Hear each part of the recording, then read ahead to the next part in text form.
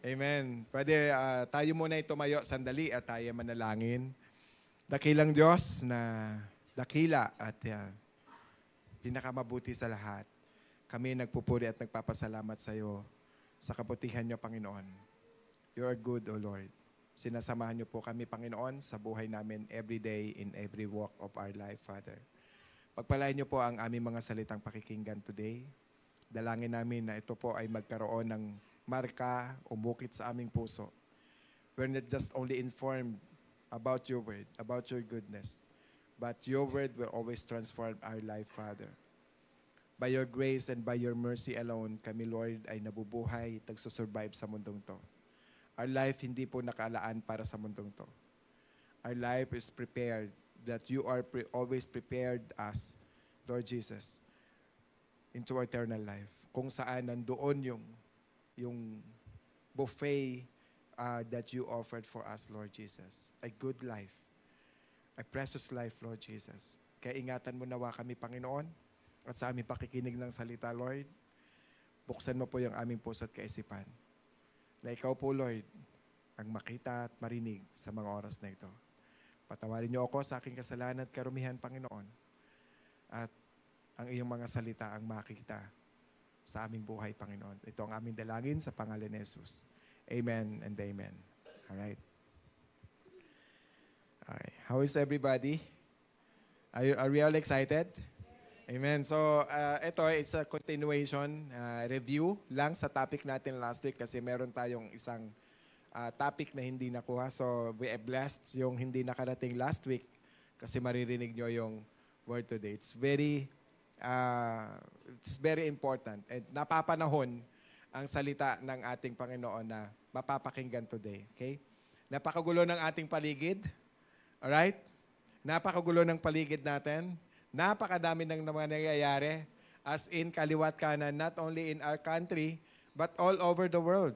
So talagang the Lord's signs of the coming is already there. Kumbaga parang sa buntis, nagle-labor na talaga. Are we all excited that God is coming? Amen? Yun. So kaya lang, meron po tayong misyon na dapat gampanan. Okay? Hindi lang po tayo nabubuhay para sa sarili natin. Yung pagpunta mo dito sa church, may purpose yan. Sabihin nyo nga mo, may purpose yung buhay mo. O, kahit ano man ang sitwasyon mo, kung bakit ka nandito, may purpose yan. May gagawin ang Panginoon sa buhay natin na kailangan nating pakinggan lahat yon. Amen po? Mapakinggan nating mabuti kasi sayang ang salita ng Panginoon na hindi na nagmamanifest sa ating buhay. Amen po ba? Okay? At yan, walang ibang number one, syempre, apply ang word sa sarili natin. And of course, kung ano yung pinapagawa ng Lord. And today, this is an application, yung ating last topic na pag-uusapan. But I want to give a quick review lang, no? Okay. Jesus is the preeminence in our reconciliation. Okay? So, ibig sabihin, ang Lord ay binigyan po tayo ng ministry.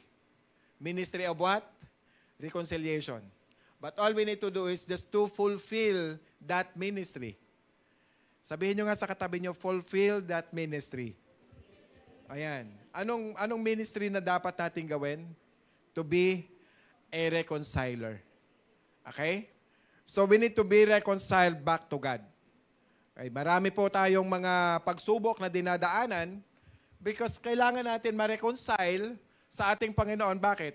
Kasi lahat tayo nagkasala ayon sa Romans 3:23. Tama po? All have sinned and fall short of the glory of God. Ibig sabihin, comparison nito, hindi porke mabait ka sa kapwa mo, i-compare mo yung sarili mo sa Kanya. No, hindi po. Okay, bakit? We always compare ourselves with God and with His standard. Standard ng Panginoon ang ating sinusundan. So, ibig sabihin, ang Lord natin, meron po siyang standard. Ano yung standard nating sinusundan? Isaiah 59 verse 1 to 2, sabi niya dito, ang Panginoon, sa Tagalog po yan, ay hindi mahina para hindi ka maligtas. At hindi rin siya bingi para hindi marinig kapag tumatawag ka sa Kanya. Now, ngunit, anong nagiging sanhi ng paglayo natin sa Diyos? Ano po? Kasalanan. Kasalanan ang dahilan kung bakit kayo ay tinalikuran at hindi na makikinig ang ating Panginoon sa ating panalangin. So kasalanan. All we need to do is just to go back to the original plan of God for us. Amen? Ngayon, okay, kahit simpleng kasalanan, pwede tayong madala sa impyerno. Walang malaki at maliit na kasalanan. Kasalanan ay kasalanan. But the Lord is good. He rescued us, sabi ng Colossians 1:13. He rescued us from the domain of darkness. Amen po ba? That's great news. Because all of us, bago tayo maging Christian, and sometimes Christian na nga tayo, namubuhay pa rin tayo sa darkness. And the Lord is good by because He transferred us from the kingdom of His beloved Son. And in whom we have redemption and the forgiveness of sin. Amen? Because of the Lord Jesus Christ. Buti na lang, minahal tayo at inisip tayo ng Panginoon. Hindi nag-stop ang Panginoon doon sa pagsama niya sa Israel. Kahit matigas ang ulo ng mga Israel, kahit ayaw siyang paniwalaan, kahit ang miracles kaliwat kanan, ayaw niya maniwala, but the Lord Jesus never gave up. Amen? He never gave up. Okay, so, He is the image of the invisible God. Now, our Creator, niredeem niya tayo. Sino nag-redeem sa atin? None other than our very own Creator died for us. Amen? Our very own, your very own Creator redeemed us. Our very own Creator died for you with His precious blood. Amen po? Now, kaya nga, Colossians 1:20 sabi niya, and through Him to reconcile all things to Himself. All. Sabihin niyo nga po, all. So without humility, there is no reconciliation. Sabihin niyo nga po sa katabi niyo, be humble before the Lord. So magpakumbaba po tayo sa Panginoon. You know what? The problem sometimes, ang Diyos na nga yung nagpakumbaba sa atin. Tayo na yung nag-offend sa Kanya, pero siya pa yung nagpakumbaba sa atin. Kaya mapapansin ninyo sa dalawang taong nag-aaway, kung sino yung nagpapakumbaba, no? Kung sino yung nagpapakumbaba, siya yung humihingi ng tawad. Tama po ba? Pero sino yung kung sino yung may tama, ilalaban niya talaga yan, ididebate niya talaga yan. Napansin nyo? O kapag mag-aaway ang mga may asawa, kung sino yung ayaw magpakumbaba, kailangan mo i-rebuke yan. O paalalahanan natin yan. Amen po ba? Pag nilalaban, ipinipilit, you are not fighting for God. You are fighting for your interest. Amen? Amen po ba? Kaya sa mag-asawa, yan, yung tama, siya yung nagpapakumbaba. Yung may tama, siya yung makulit, igigiit niya talaga yan. Okay? Now, kapag ang puso natin offended, lagi tayong humihingi ng justice, and you're not willing to forgive. You are always looking for mercy. Bakit? Ang tao kasi, punong-puno ng paghahanap ng fairness. You know what? If you are looking for fairness, question is, are you willing to suffer? Kasi pag fairness ang hahanapin natin, are you willing to die? See? Because kasi si Lord, kapag nagbigay ng justice, kung si God ang magbibigay ng justice, wala na tayo. Amen po ba?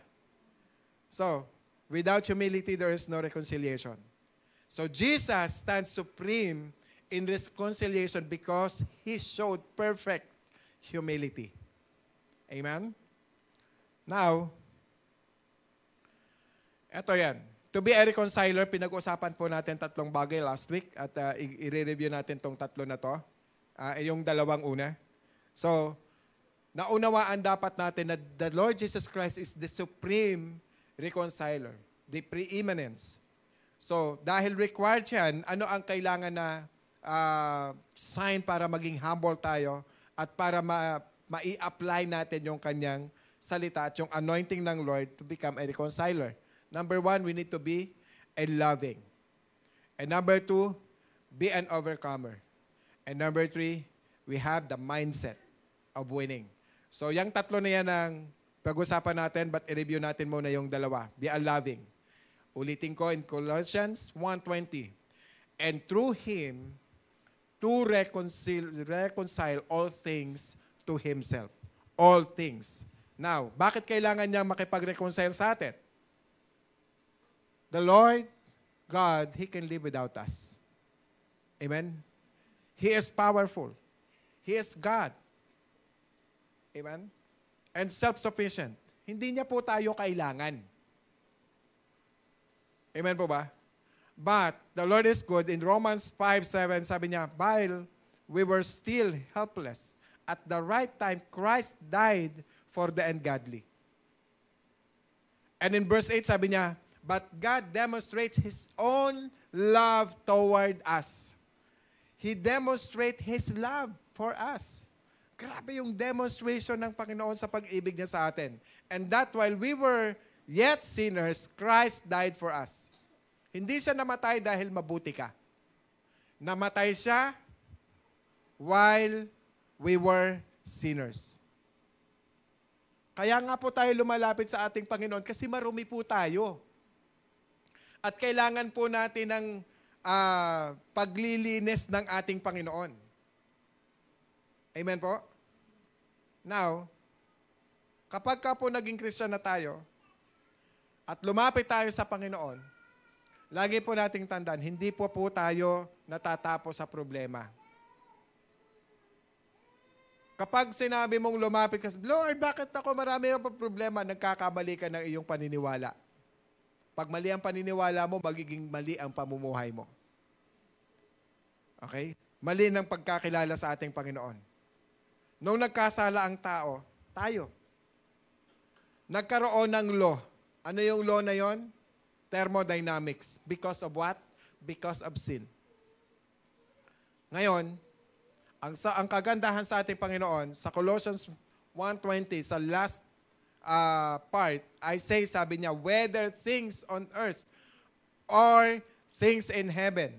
Pati yan, ire-reconcile ng Panginoon. Not only here on earth, even in heaven. Okay?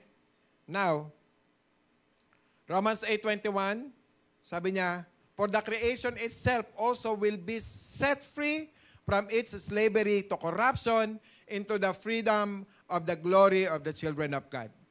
For we know that the whole creation groans and suffers the pain of childbirth together until now.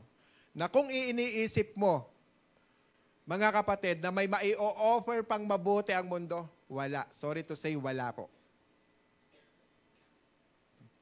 Wala po tayo. Why? Because this world is leading to destruction. Are you agree? And the only way for us to be saved is to spare from the destruction of this world. At ang tangi lang paraan para po tayo maligtas in this world, manabik tayo sa pagpapahayag ng Panginoon for the coming of the Lord Jesus Christ. Amen? Because He is coming. Palapakan natin ng Lord kasi darating siya. Anong gagawin niya? Ito yung inaasad. This is the original plan. Nawasak ito because of sin. Ito siya. Isaiah 11:6-7. And the wolf will dwell with the lamb. You can just imagine itong mga hayop na to, kaya pala magsama-sama ng hindi nag-aaway na hindi nila kinakain yung bawat isa. And the leopard will lie down with the young goat, and the calf and the young lion and the fatling together, and a little boy will lead them. Kahit bata pala, kahit lumapit sa kanya, hindi niya kakainin. Amen? And verse 7, also the cow and the bear will graze, and their young will lie down together, and the lion will eat straw like the ox. And in verse 8, the nursing will child will play, tingnan nyo to by the hole of the cobra. Imagine mo yung anak mo, gumaganon-ganon yung cobra, tapos ginaganon-ganon niya yung bibig ng cobra na hindi siya kinakagat. Amen? Kaya totoo yung Psalm 91 eh. And the wind child will put his hand on the viper's den. Okay? Bakit ba nasira yung harmony sa buong creation? Na pati yung mga hayop, nagpatayan, nag-away, kinakain nila ang isa't isa, pati yung tao, natutong kumain ng karne. You know what? Hindi po tayo, ang ngipin po natin, hindi po siya nakadesign para kumain ng karne. Alam niyo po ba yon? Yes. Bakit? Because of sin.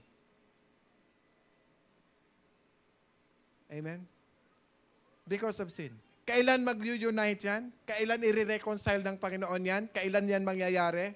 Ephesians 1:10. I will put into effect when the time is ripe. Ayan when the time is right. His plan to place everything in heaven and on earth under the Messiah's headship. Amen. Yan po yung inaasahan po natin. Pwede palakpakan natin ng ating Lord.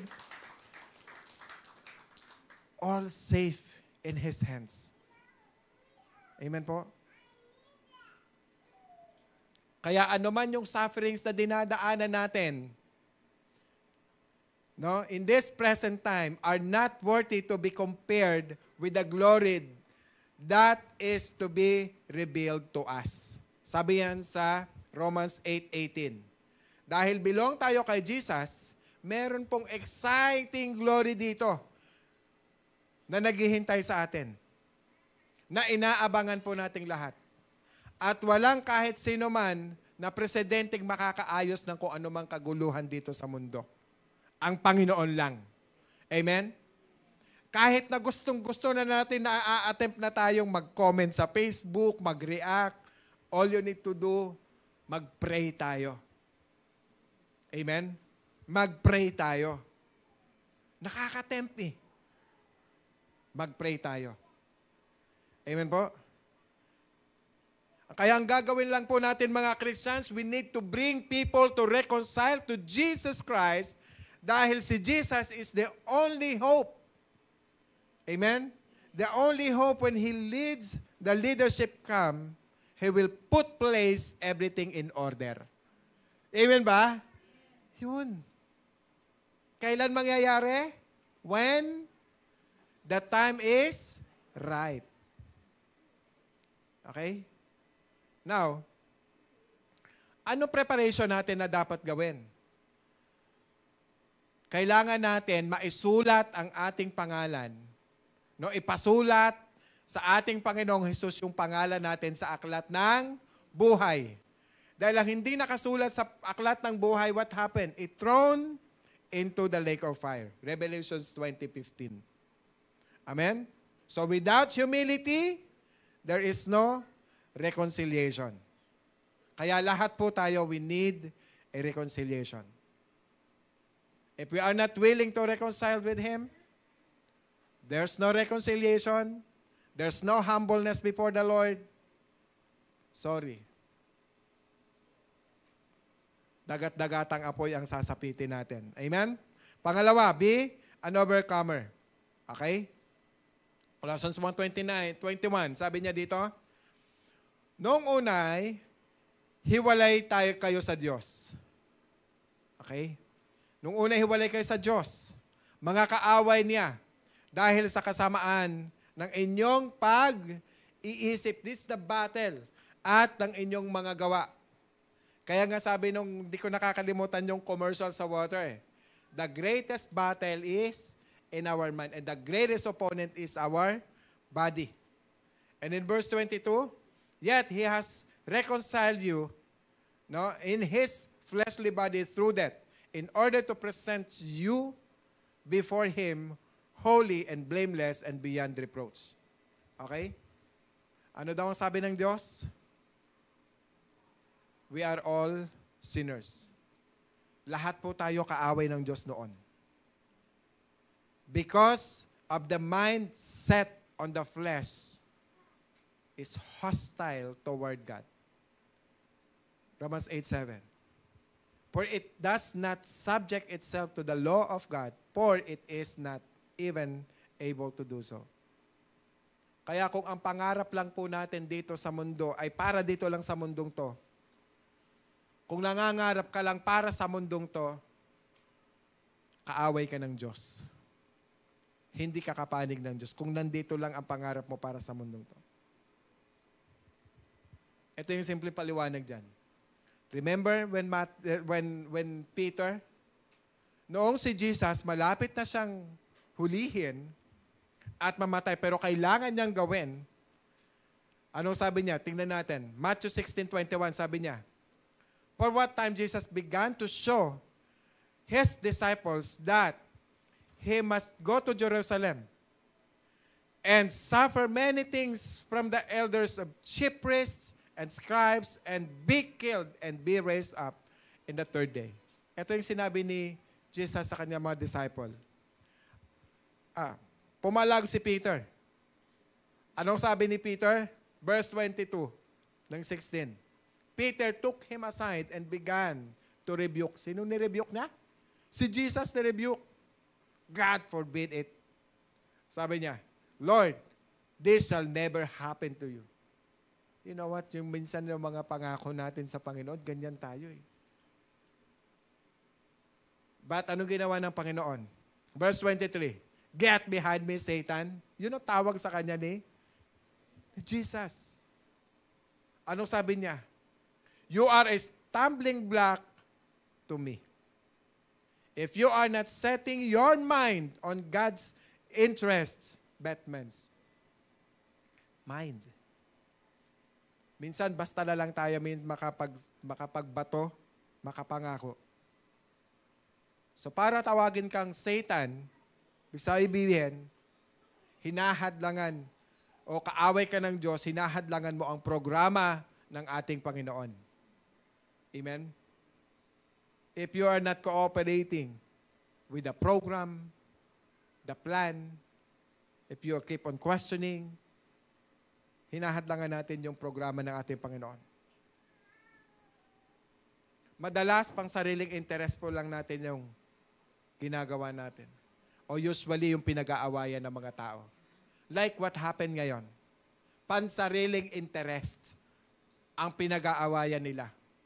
Hindi lang yan, marami pa pong lalabas na mga exposure.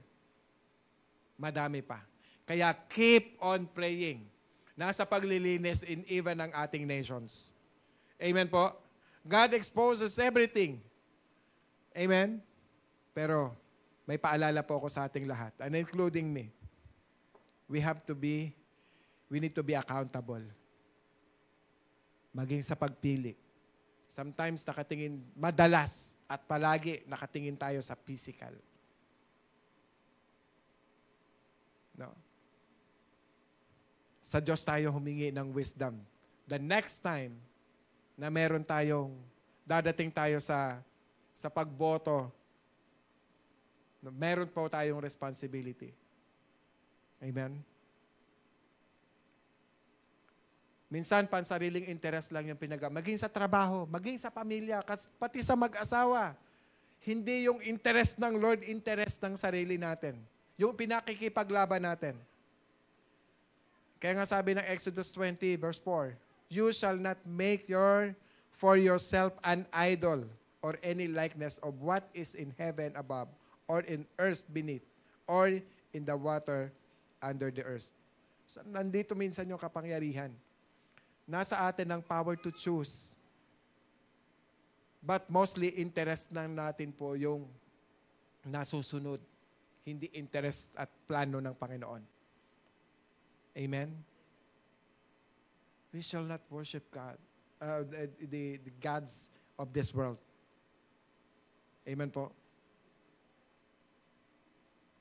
So kaya nga sabi dito, Exodus 5, sabi niya, 20 verse 5, and you shall not worship them or serve them, for I, the Lord your God, am jealous God, visiting the iniquity of the fathers on the children on the third and the fourth generation of those who hate me.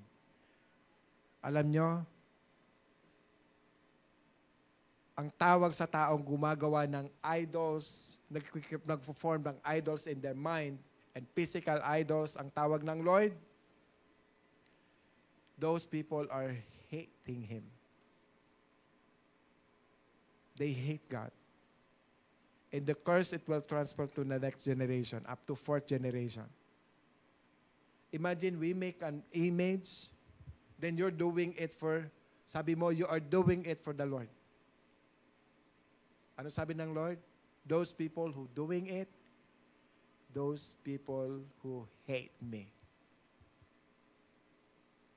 When we form in the image, in our brain, or a physical image, tingnan nyo yung karamihang tao. Wala silang pakialam kung sabi ba ng Diyos o hindi ang kanilang ginagawa. Basta sa kanila, I'm doing this for good. Amen? Tanong, yan ba yung ipinapagawa ng Diyos? Many times we're doing it for good. Ang sabi nila, wala akong alam dyan. Basta mahalaga, tama ang aking motive. Ang mahalaga yung motibo ko, tama. Well, good. Pero yan ba yung nais ng Diyos? Amen? Many people, even Christian, we compromise our life. We compromise our transactions. We compromise our life. Amen? Kaya sabi nito ng Lord, by ignoring my instructions, you ignore me. Amen? You hate me. Kasi sabi mo, basta Lord, I do it for you. For your interest, not God's interest. Amen? Ang iba sa atin, lagi sinasabi, Lord, I love you. I love you, Lord.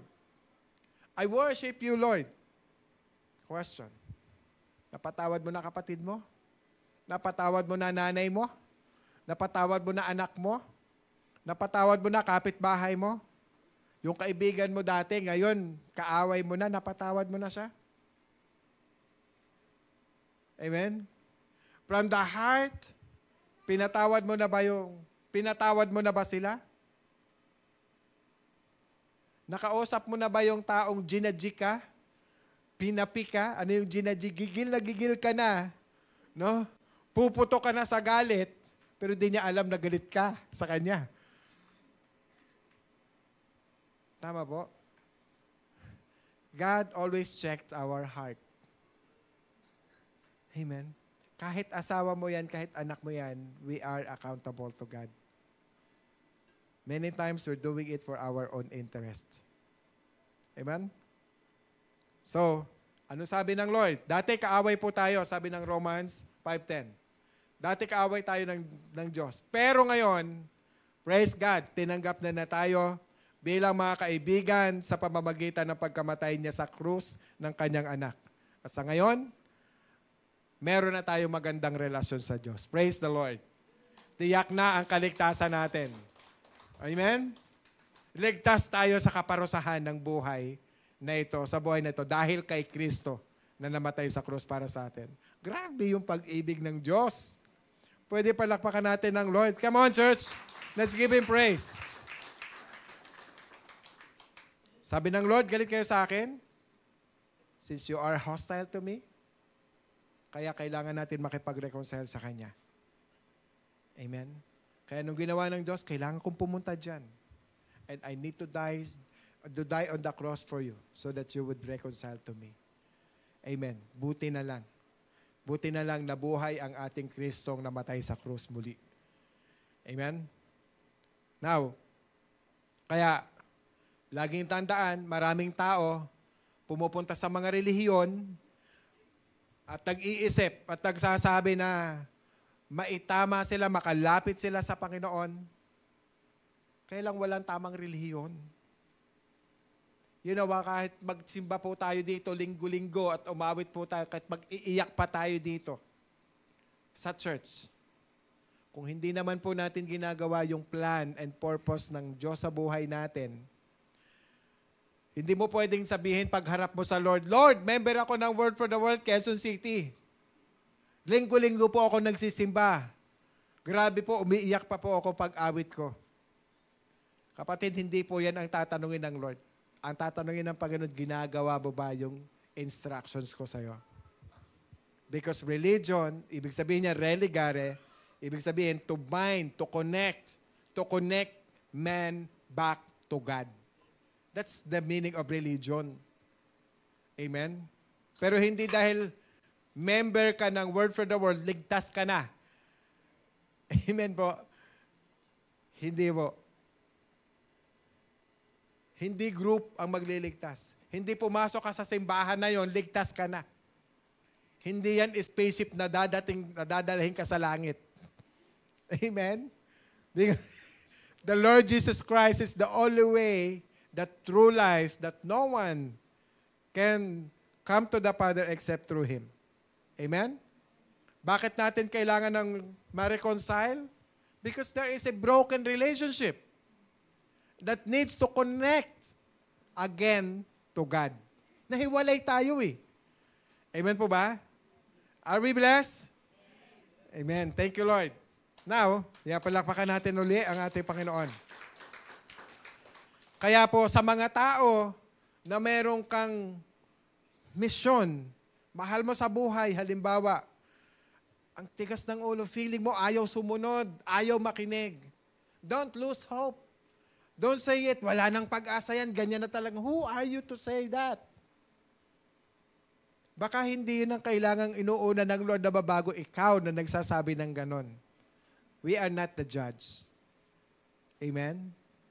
Kung ano yung paghuhusgang ginagamit natin sa kapwa natin, yun yung gagamitin na paghusga ng Diyos sa atin. Yung feeling mo you are righteous? No. The Lord can judge the person. Kaya don't say to those people, wala nang pag-asa yan. Ginawa ko ng lahat sa kanila, ganyan pa rin. Oo, ginawa mo, pero yun ba yung pinapagawa ng Diyos? Amen po ba? Naintindihan po? Amen. So, kaya, wag po nating sasabihin na sa isang tao wala nang pag-asa yan. Walang hindi mababago ang Diyos. Kahit ganito pa yung bansa natin, babaguhin ng Diyos yan. Amen? Kahit nakakahiya ang ating sitwasyon, babaguhin ng Diyos yan. Amen po? Alright? So, bakit nandito ang ating Panginoon? Bakit nandito? Bakit pumunta siya dito? Is to win all people. So, pangatlo, okay? We must have the mindset of winning. Okay? Dito, biglang ikot po si Paul. Nag-turn ang life ni Paul dito. Colossians 1:24 sabi niya, Now I rejoice in my suffering for your sake, and in my flesh I do my share on behalf of His body, which is the church, in filling up with what is lacking in Christ's affliction. Verse 25, For this church I was made a minister according to the stewardship from God bestowed on me for your benefit, so that I might fully carry out the preaching of the Word of God. Now, ang sabi ni Paul, pinagkatiwalaan siya ng ministry ng Panginoon. Amen? Ito yan. Yung pinagkatiwalaan ng Diyos ng ministry, alam niyo po ba kung gaano siya kamakasalanan? Yung pinagkatiwalaan ng Panginoon? Alam niyo po ba kung gaano siya kasama? Mas masama pa po siya sa atin. Lahat po tayo nung tawagin ng Panginoon, lahat po tayo, makasalanan po tayo. Pero, nung tinawag po tayo ng Panginoon, ngayon nandito tayo magkakasama, nagkakarinigan po tayo, nagkakausap po tayo, nagkakakamayan po tayo, may purpose po ang ating buhay sa Panginoon. Amen po? Dahil maraming tao, they are just trying to survive. Bakit? Wala silang direksyon. Purihin ang Diyos, lahat po tayo meron ng direksyon. Amen? Because of God. So sabi ng Lord, you are created for me. Now, ngayon, you are reconciled to me. Sabi ng Panginoon. Sabi ng Panginoon, I want you to minister to reconcile other people. That's the purpose of our life. Amen po ba? Tingnan niyo po si Paul. Ang sabi niya, 25, carry out the preaching of the Word of God. Ano ba yung klaseng Paul na meron ito? Tingnan natin po yung buhay niya. Acts 26:11. Babasahin ko sa Tagalog. Ayan. Maraming beses na inikot ko ang mga sinagoga para harapin sila. Parusahan sila. Sinong sila? Sino pong sila? Mga disciple. Parusahan. Sino? Mga disciple. Yung mga disciple ni Jesus, the 12 disciples, at piliting lapastanganin si Jesus.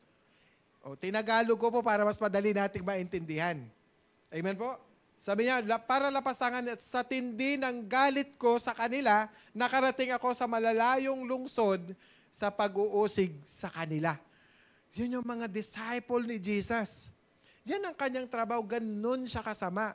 Christian mismo ang kanyang pinaparusahan, ang kanyang pinapatay, kanyang pinapahiya. Verse 14. Now, sa verse 14, ano ang verse yung kanina? Sorry ha. Verse 12. Iyan ang dahilan kung bakit ako pumunta sa Damasco, taglay ang kapangyarihan at pahintulot ng mga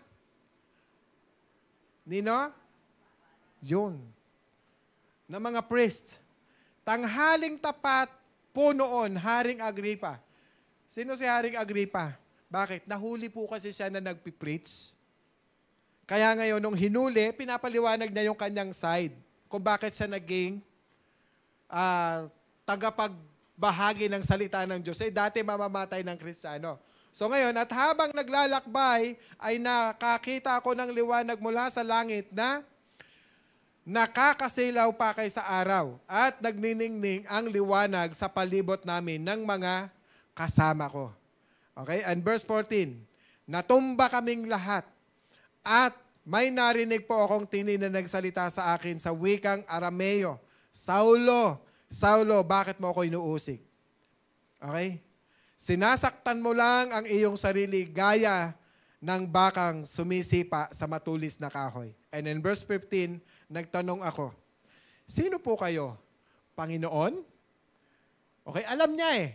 Alright. So sumagot ang Panginoon, ako si Jesus na inuusig mo. Anong sabi sa kanya? Binigyan siya ng instruction. Tumayo ka sa verse 16. Napakita ako sa iyo dahil pinili kita na maging lingkod ko. Ipahayag mo sa iba ang tungkol sa pagpapakita ko sa iyo ngayon at tungkol sa mga bagay na ipapakita ko pa sa iyo. Anong sinasabi ni God? Parang sinasabi niya, Paul, ano man ang ginawa mo sa akin, ano man ang ginawa mo sa lahat ng mga disciples ko, lahat ng mga followers ko, kalimutan mo ng lahat. Right here, right now, bumangon ka dahil gagamitin kita. I want to use you. Amen? Nilikha kita para sa akin. Amen po ba?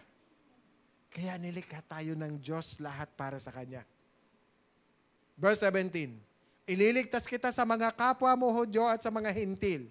Isusugo kita sa kanila. Verse 18, para imulat mo ang kanilang mga mata at mula sa kadiliman ay dadalhin mo sila sa liwanag. At ililigtas mo sila sa kapangyarihan ni Satanas patungo sa Panginoon, sa Diyos. Nang sa gayoy, mapatawad ang kanilang mga kasalanan at mapabilang sila sa mga taong hinirang ng Diyos sa pamamagitan ng kanilang pananampalataya sa akin. Grabe ang calling ng Panginoon kay Paul. Amen? Nung sinabi ng Lord na ililigtas ka. Nung sinabi ng Panginoon, tayo mismo, nung ililigtas tayo, di ba lahat po tayo makasalanan? Di ba nakipag-reconcile tayo sa ating Panginoon? So, anong sabi ng Diyos? I want to use you to open up the eyes of all people. That's our mission. Have a winning heart. Have a winning mind. Amen po. Hindi po tayo nakaupo lang dito for nothing. May purpose po tayo. Sabihin mo ulit sa katabi mo, may purpose ka.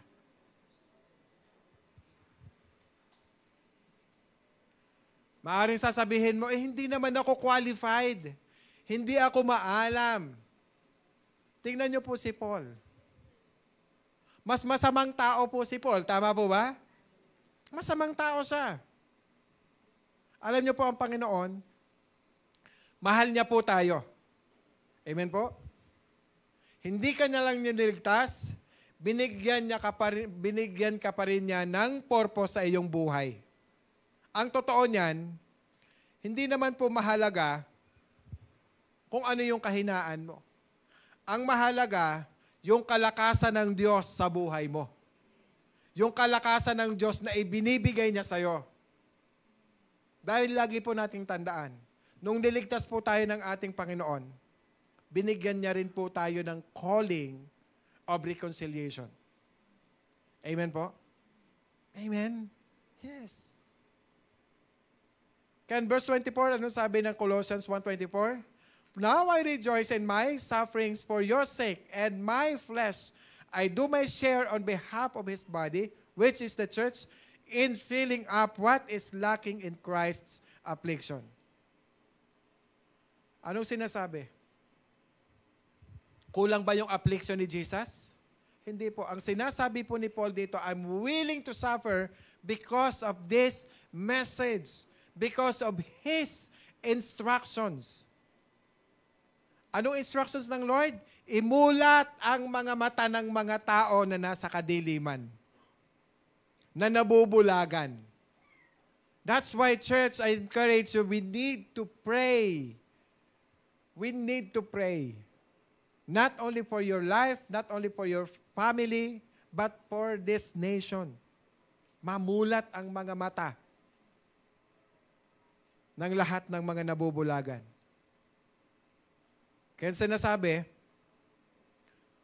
sa Romans 8:36-37, gaya nga ng sinasabi sa kasulatan, alang-alang sa iyo palaging nasa panganib ang aming buhay para kaming mga tupang kakatayin. Yan si Paul. Nung ma-receive niya yung instructions ng Lord, kahit ang buhay niya ay mapahamak, hindi sa titigil. Kahit nandun siya sa kulungan, hindi siya titigil, susulat siya. At alam niyo yung Colossians na atin pong sinisiris ngayon, nung sinulat niya po ito, nasa kulungan siya. Hindi siya nakarating doon. But he knows everything there na parang nakikita niya kung ano yung nangyayari doon. Amen? And verse 17, ngunit kahit ganito ang kalagayan natin, ganap ang ating tagumpay sa tulong ni Kristo na nagmamahal sa atin. Amen po ba? Kaya whatever situations you are facing right now, just hold on to His promise, to His word. Amen? Because God is our victory. And in verse 25, itinalaga ako ng Diyos na maging tagapaglingkod ng iglesia upang lubusang ipahayag ang mensahe niya sa inyo. That's why meron tayong pinag-uusapan niya yon. In verse 26, 27, sabi niya, ito ang planong lihim niya noon sa naunang mga panahon at mga salinlahi. Ngunit ngayon ay inihayag na sa ating mga hinirang niya. Ano yung mystery? Ito yung mystery. Verse 27, nais ng Diyos na ipahayag sa kanila ang masagana at kamanghamanghaniang plano na para din sa mga hentil. Sino mga Gentiles? Tayo. Amen? At ito ang lihim na plano. Si Kristo ay sumasa inyo At ito ang batayan ng pag-asa na inyong makakamtan ang napakabuting kalagayan sa hinaharap. Amen? Yun yung napakabuting kalagayan na ating inaasam-asam. There is no other way to experience the hope of glory of Jesus. Only Jesus. That is the only hope we have. Amen? Are we enjoying listening the Word of God? Amen po? Palakpakan natin lang ulit. Sige. The verse 28 ng Colossians 1:28, sabi niya at 1:28, sabi niya, kaya nga, ipinapangaral namin si Kristo sa lahat ng tao. Pinapalalahanan at tinuturoan namin ang bawat isa ayon sa karunungang ipinagkaloob sa amin ng Diyos. Sa ganon, maihaharap namin ang bawat isa ng ganap sa pakikipag-isa nila kay Kristo. Amen? Kung ikaw magiging bahagi ng isang tao na inailapit sa Diyos, kaya church, wag nating hayaan na wala tayong masesiran ng salita ng Diyos. Kaya keep on attending the small group for us to grow. Alam mo, kung lagi ka lang attend this every week, you will never grow. Amen? Hindi mo matatagpuan ang purpose mo sa buhay. Kung attend ka lang ng attend. Involved in a small group. Amen? Get involved. Verse 29, at upang matupad ito, nagpapakahirap ako sa pamamagitan ng kapangyarihan ni Kristo. Are you willing to suffer for the sake of the salvation of one soul? Are we? Yung mga mahal natin sa buhay. That's why I never give up. Kahit masaktan ako. Amen? Kahit malayo yan, I don't care, pupuntahan ko yan. Lalo na instructions ng Panginoon. So in summary, win people to the truth as ministers. Okay? Win people to be presented complete in Christ Jesus. And win people by striving according to His power. So win people. Amen? Amen po? Hindi ayon sa ating power. Ito yung power na ibinigay sa atin ng Diyos. Amen? 2 Corinthians 5:17-18, sabi niya, therefore, if anyone is in Christ, he is a new creature. The old things passed away, and behold, new things has come. And verse 18, now all these things are from God, who reconciled us to Himself through Christ and gave us the ministry of reconciliation. Amen? Praise God. Let's give a clap offering to God. So, binigyan na tayo ng ministry ng ating Panginoon. Binigyan na tayo. Anong ministry? Ministry of what? Ministry of what? Yan ang binigay ng ating Panginoon sa atin. Kaya, good job. Last week, I really commend the family of Gian and Joms. Dinala niyo yung buong family niya dito last week. Palakpakan natin ang Lord. Nakita ko sila, na-meet natin sila. Okay? Praise God. So, tatlong bagay. We need to be humble. We need to be loving, overcoming, and have the mindset of winning. Palakpakan natin muli ang ating Panginoon. You're invited. Every Sunday is an opportunity to encounter God's presence. Join us for worship, the Word, and fellowship. That's 10 a.m. here in our sanctuary. Don't forget to bring your family or friends. Let's gather every Mondays, Wednesdays, and Fridays and pray together. You can join via Zoom every 5 a.m. You can reach out to Brother Nemar or Sister Bing for your prayer requests. We strongly believe that God hears our prayers, and we also gather together as a whole congregation every first Friday of every month to pray for our church, nation, and the like. That's 8 to 9 p.m. here in our sanctuary. Want to be part of a circle who will pray for you as you do life together? Be part of an accountability group today. a safe space to share, learn, and strengthen your walk with God. Feel free to reach out to Kuya Jong and Gladys if you are interested.